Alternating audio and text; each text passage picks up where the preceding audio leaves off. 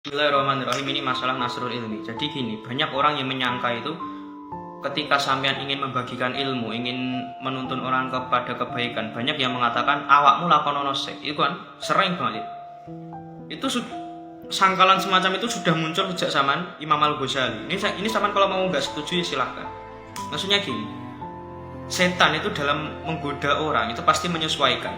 Ini bocoran, saya tak kasih bocoran dari Imam Abu Hasan Asyadili. Beliau itu pernah berkata gini, cara setan menggoda pada orang yang telah mengajar itu dengan cara mengingatkan dosa-dosanya. Sama lek wis ngulang itu biasanya muncul kerentengan hati. Oh iya aku ora iso nglakoni, oh iya aku seelek, oh iya aku seakeh dosa. Nah ini caranya setan menggoda orang yang telah taraf mengajar kau pada seorang guru itulah. Nah sehingga yang diharapkan setan itu sampean akhirnya kelingan dosa terus akhirnya berhenti ngajar, akhirnya ilmu berhenti tersalurkan. Sabaleni ilmu berhenti tersalurkan. Ini yang dituju setan ini. Intinya gimana? Jadi intinya itu sampean walaupun belum bisa melakukan tetap ajarkan, tetap diulangi, paham ya? Itu fatal. Dawuhnya Imam Al-Ghazali dalam Ihya Ulumuddin bab amar ma'ruf nahi munkar kan masyhur.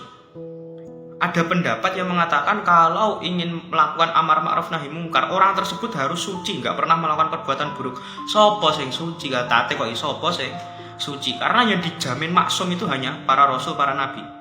Sehingga Imam Al-Ghazali itu benar-benar nggak setuju pendapat ini. Beliau mengatakan pendapat ini benar-benar fatal, dapat menyebabkan ilmu berhenti tersalurkan. Sama gini, katakan gini lah, ketika sampean dulu pernah mabuk lalu akhirnya tobat, sampai akhirnya sampean tetap diperbolehkan melarang anak sampean untuk mabuk. Kalau sampean dilarang untuk menyampaikan bahwa mabuk itu adalah perkara yang haram bagi anak sampean hanya karena dulu pernah mabuk, ini fatal.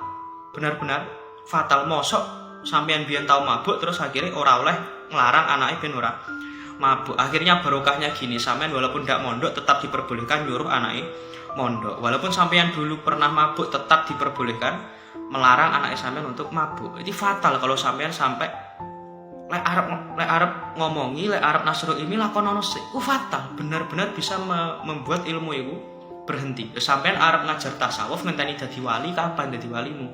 Sampean arep ngajar fikih, menunggu sampai sampean harus bisa mengamalkan seluruh fikih itu, kapan nek nyampe ini sedeng mati ya. Jadi keduanya, masalah nasrul ilmi membagikan ilmu dan mengamalkan ilmu, kedua-duanya termasuk hal yang wajib, tapi tidak saling mewajibkan. Tak balik ini tidak saling mewajibkan satu sama lain. Jadi intinya sama nasrul ilmi. Bismillahirrahmanirrahim. Jadi gini, ini masalah yang cukup intim. Maksudnya itu gini, banyak yang mengatakan atau banyak dari golongan-golongan Jabariyah yang mengatakan semuanya itu takdir.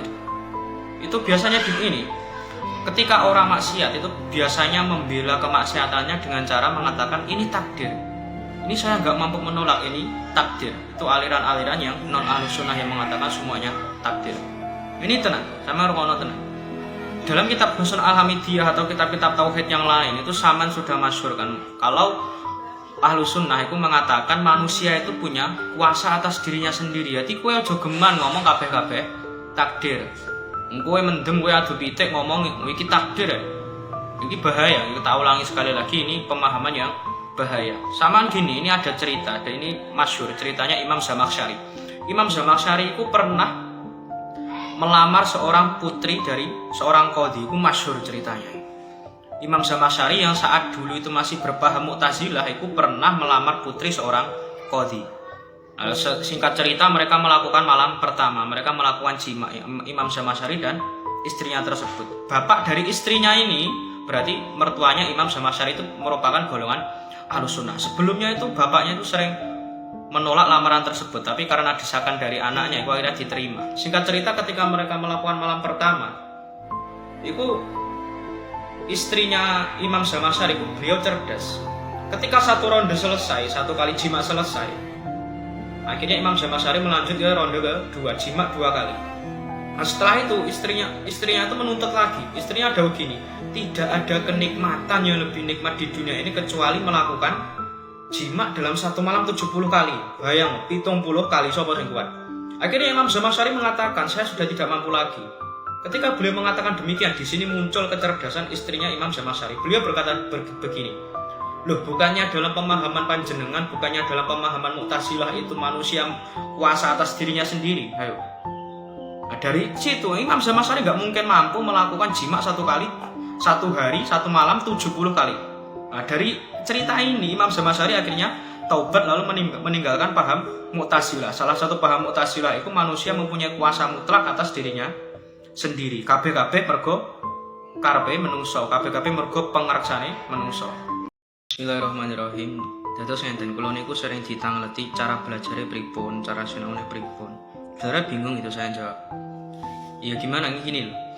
Saya itu sebenarnya cara belajar itu guys lumrah seperti biasanya. Kalau gini saya beri contoh. Kalau untuk melatih kemampuan dalam pemahaman fikih itu sampean sering-seringi ikut basu masail dan lain sebagainya. Itu sangat membantu. Terus gini, sampean kalau belajar itu jangan sampai lupa diri. Maksud lupa diri itu sampean itu jangan pernah lupa tawasul. Saya beri contoh gini lah. Khususon khosa summa ila arwahi a'immati arba'atil mujtahidin wa muqallidi fiddin wa ila arwahil ulamil amilin wa syuhada'i wa sholin wa sunna ulaika rafiqah. Khususan ila hadrati awliya ilah ta'ala aina makanu min masyarikil ardi ila maghribiha bariha wa bahriha wa biladiha wa jibaliha wa udiyatiha khususan ila hadrati Syekh Qutbi Rabbani wal Arifi Sumadani Syekh Abdul Qadir Al-Jilani. Kalau saya itu saya imbui lagi.